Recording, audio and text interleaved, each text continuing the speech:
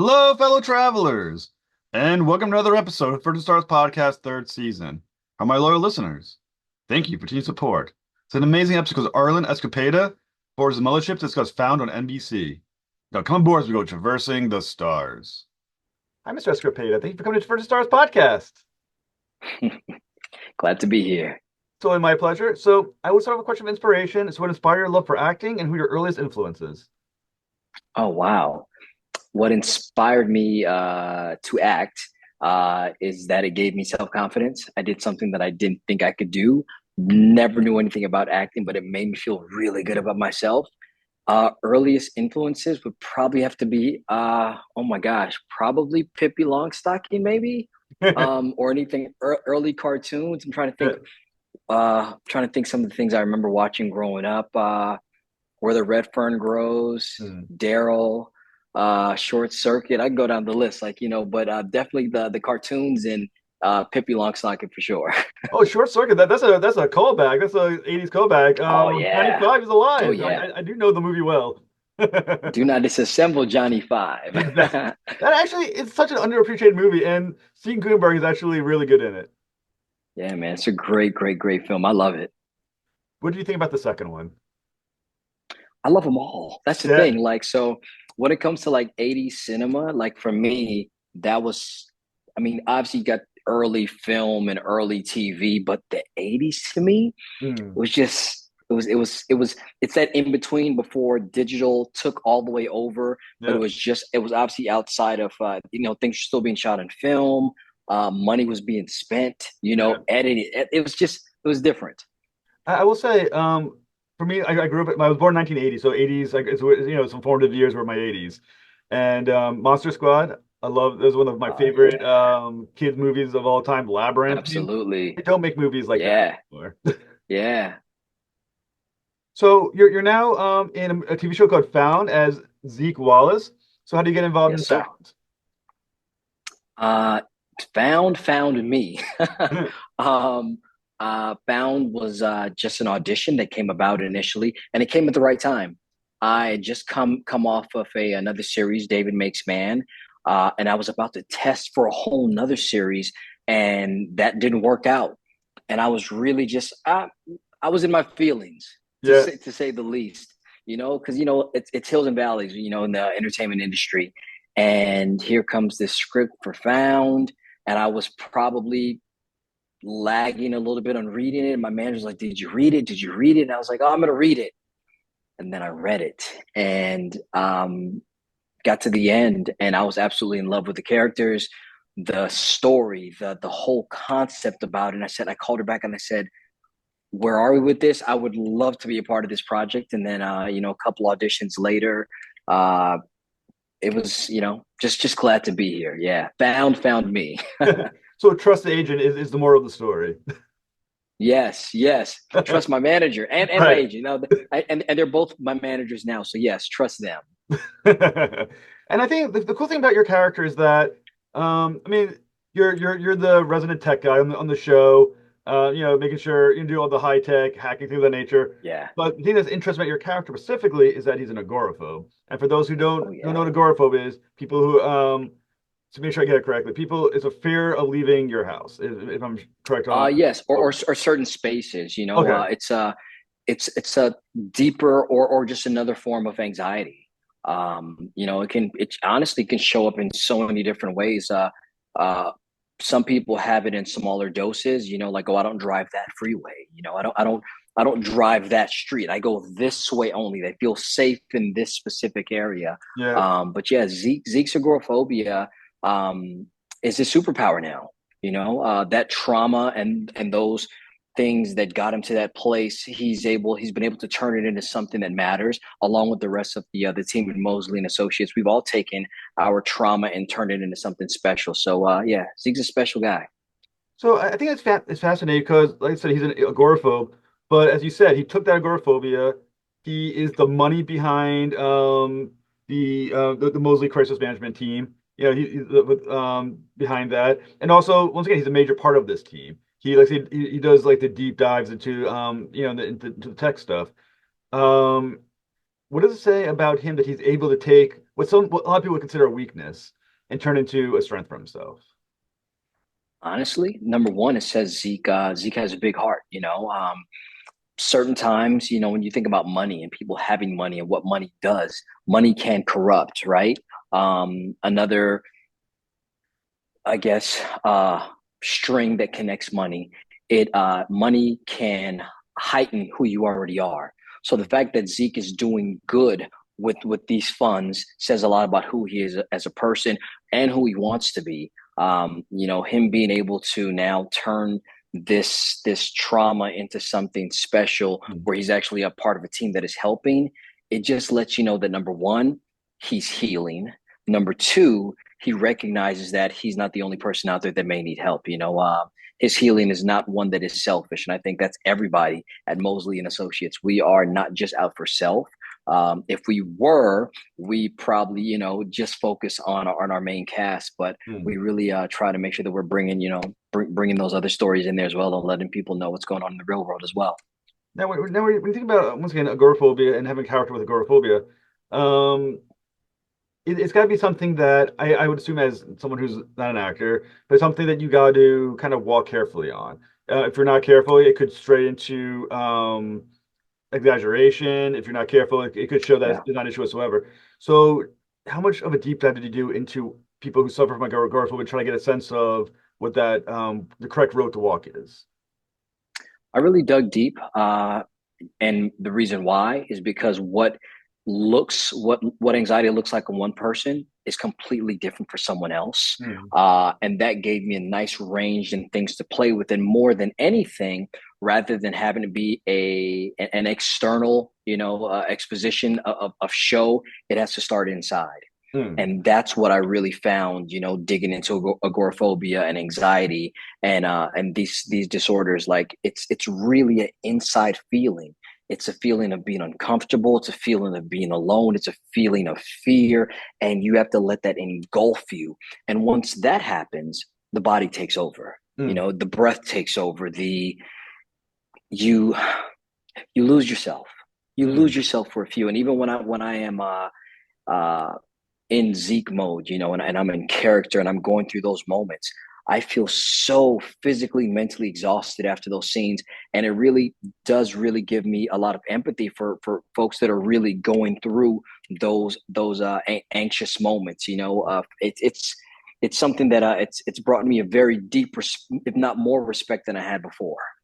I think it's kind of interesting because there's like a dichotomy of personality. On the one hand, Zeke presents very confidently when he's on the screen. He's very good at his job. But for instance, there's that scene. To remember, I think it's the first season. I can't remember what episode, maybe third, second, third, when they deliver the package, but they don't deliver at the door. They deliver at the top of the stairs, Yeah, and you have yeah, to get the that reaching. I don't know what the name of that reaching claw is, but you're yeah, and he's panicking, trying to figure out what to do because it doesn't reach, anything of that nature. There's a lot going on in a very short span of time, and it's all on your face. It's all in your yep, emotions. Um, yeah. what is it like to have to present that side of his character? Not only like that confident in one way, genius, um, you know, strong team member, but then you have to show this other part of him pretty quickly. I think I think showing both sides of Zeke, uh, seeing him confident, seeing him be the hero, and doing some of those hero moments, and then seeing that crack, that break, it humanizes him.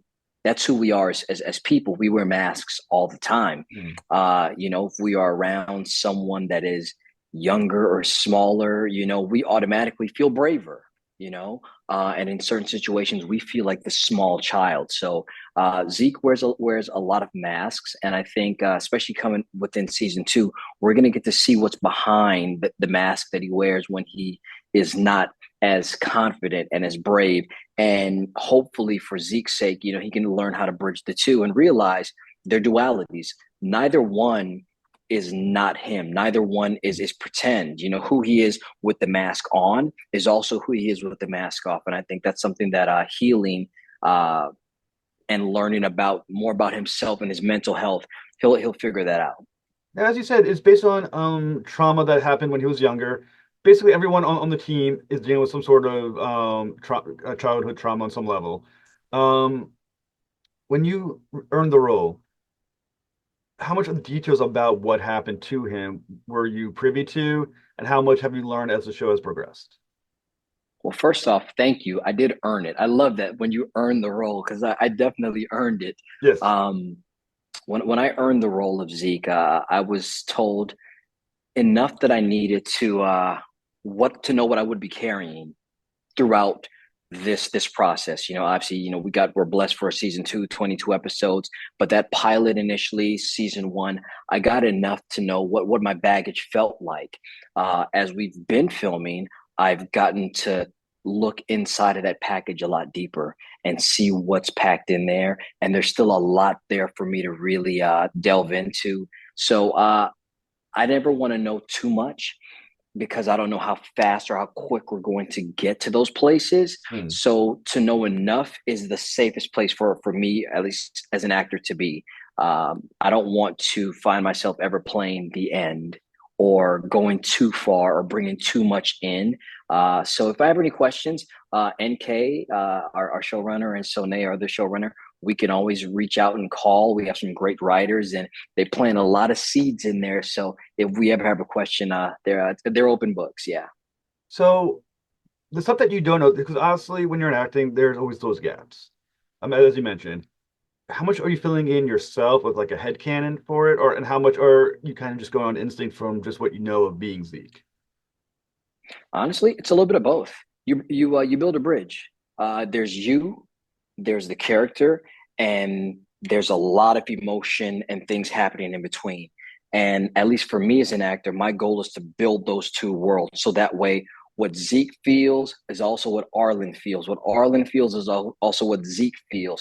And then you try to find, commonalities, and or differences because those are very, very specific. Something that traumatized me may not have traumatized Zeke. So I have to find something that does work, that does connect. And when that synergy happens, you get to ride that wave very, very easy because you don't want to pretend.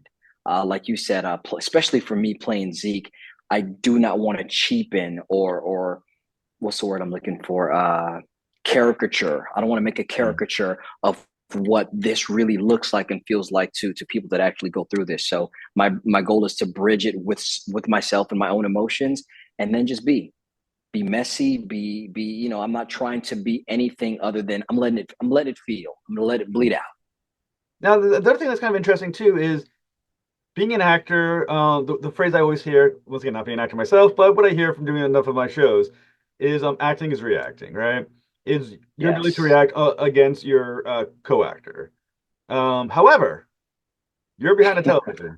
You're pretty much by yourself, but you have to both act as if you're in the moment and that you have this tight relationship with a lot of these people who you're not going to be, that you don't spend as many scenes with because you're on the TV. Now, my two questions is one, when you're performing, are you like still like, is there like a TV that you're watching what they're doing? That's how you're on it? Or is it you're guessing the reaction? How is this all playing out? And how are you acting without actually having a chance to react?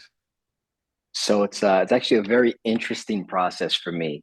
So they're not there in front of me, obviously, because they're in a whole nother room filming, but we are filming at the same time. Okay. And there is a big screen there. However, I can't look at that big screen directly because of how it works for filming. You would see my neck. I'd be looking up and you wouldn't see me looking directly at the camera.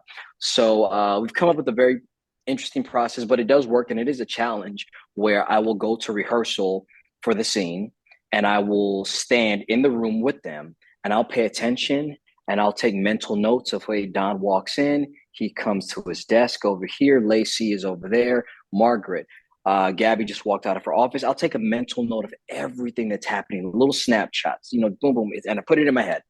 And then I'll read with them a couple times just to make sure I have a rhythm and a timing. I know if I'm speaking, who's giving me a look, who's not giving me a look, who I'm responding to, and then I go over to Zeke's place and I pretty much create all of that in front of me in my head. Hmm. I have imaginary places where they are.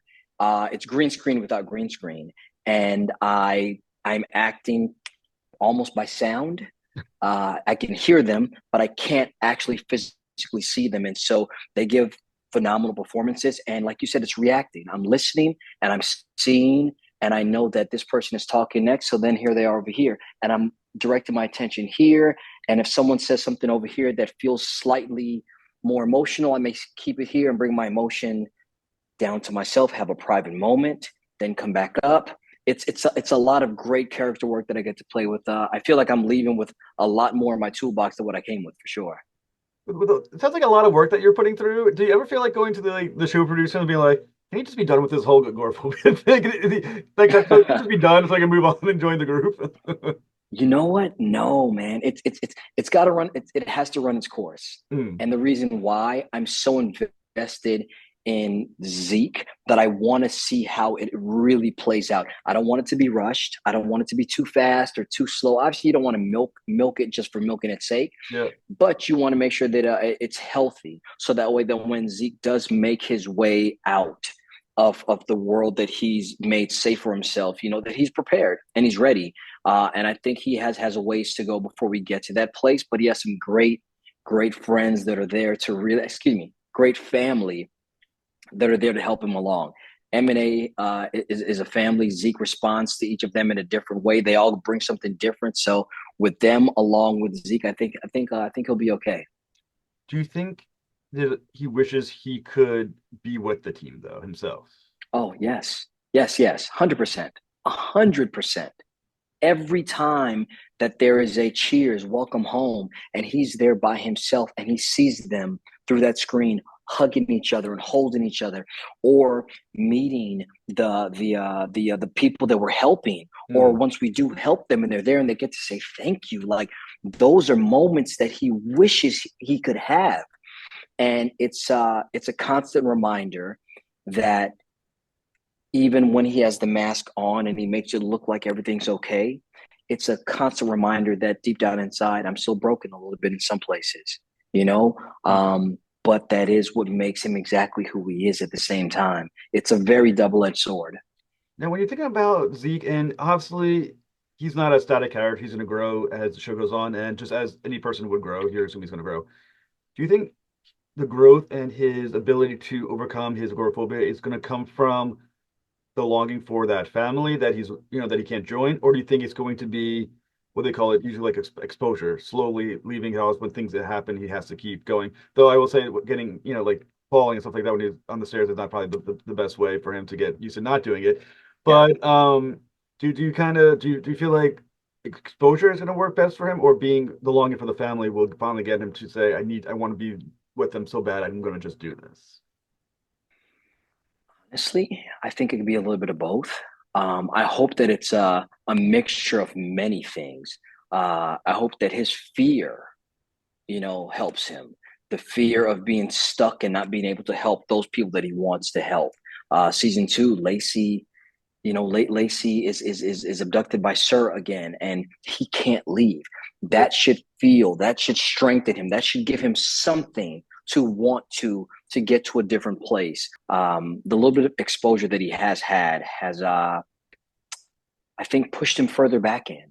Mm. You know, it didn't work out well, but he, in the least, made a step forward. And sometimes it's falling and bumping your head, just like a baby learning how to walk. You got Mm. to fall a couple times and then get brave enough to try one more time. And maybe the next time he tries, we'll see. Like I So I said, hope that it's a combination of all of those things. people dealing with agoraphobia is a lonely phobia to have. Okay, because you're by yourself. A lot of people don't understand it. A lot of people would be impatient with it. A lot of people might be just like, well, just get the fuck out of your house. Just get over it. However, the team that he's on understands him. They feel for him. They come to him at spend time with him. When he's in Yeah. need as well. Do you think the team, because of how the team set up and how their makeup is, and what their backgrounds are, do you think they have a deeper understanding of what Zeke goes through than maybe another employer? Like, we're just working at like a regular office job, they might be like, just, what the fuck are you doing? Just go, and not understand what he's actually dealing with. I think in Mosley and Associates, there's a recognition and respect that we all have for one another, that we've all been through something very, very traumatizing, and there's no judgment there. Mm. How you heal, how you don't heal, how fast you heal, that has to be up to you. If you need space, go get the space. If you need family, we're coming, we're here.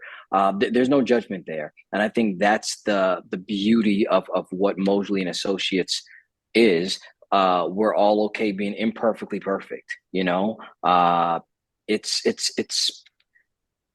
it's a beautiful way that the world should see each other. That's how we should look at one another. That's the grace we should give each other in real life.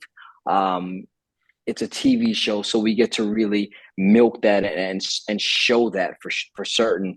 But it's also a way that we protect one another, because if we didn't have that respect for one another, I don't believe that we could do the good work that we're able to do. There's no way.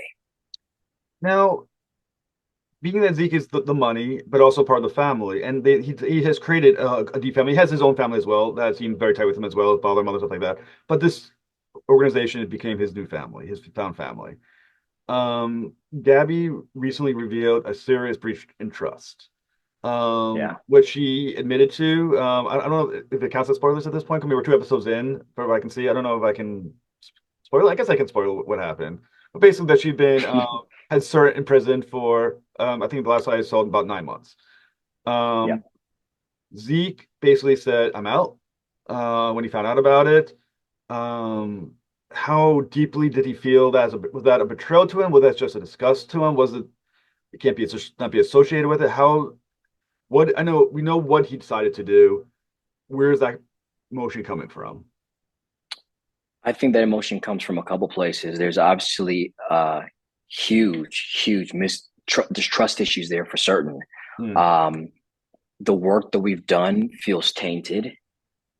It doesn't feel that we're doing the good work that we were supposed to be doing, because you're working with the same person that hurt you. Hmm. And you didn't tell us the truth. You didn't give us an option to even choose to see how we really felt. And then on the flip side, with Zeke's agoraphobia, the world that he's created with this newfound family felt safe. It doesn't anymore. Hmm.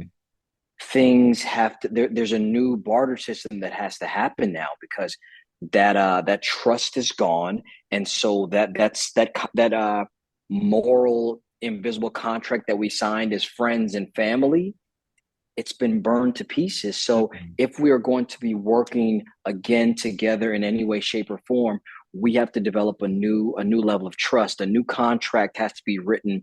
I'm almost meeting you again for the first time, and I have to decide: are you worthy of being in my space? Or do I have to also push you on the outside like I did with everything else? Because my agoraphobia only allows me for the space of what keeps me safe. And if Hmm. it's not safe, it can't be in here. So when you're thinking about, I mean, obviously, I mean, I don't know for a fact, but I'm just gonna make the assumption that you're not leaving the show, even though technically your character is leaving the organization. Um, how does one then heal from this? I mean, is there? And I assume Gabby isn't going to prison in the next couple of episodes. I mean, the season continues. I mean, how I mean, do anything can yeah, happen, right? I don't that's know. part true. Anything can happen. Can he heal those wounds though? Is that capable? And I mean, how do you ever approach, what she said, Gabby never says to him ever again, if that's a pretty big lie. I had a man locked in my basement. It's a pretty big lie to hold on to Yeah. for a long period of time. Yeah. So how does Zeke get past that? I don't know if he gets past it. I Okay. don't think any of us get past it. You don't get past something like that. Instead, I think Zeke and the rest of the team, they're going to have to learn how to manage the new version of Gabby, Hmm. the version that isn't perfect, the version that it's how are we going to judge her? Are we going to accept her? Or are we going to judge her? She's not perfect. We can't romanticize this anymore, but we have been. Things have been great. We've been doing great work. Everything was up here. Honeymoon phase.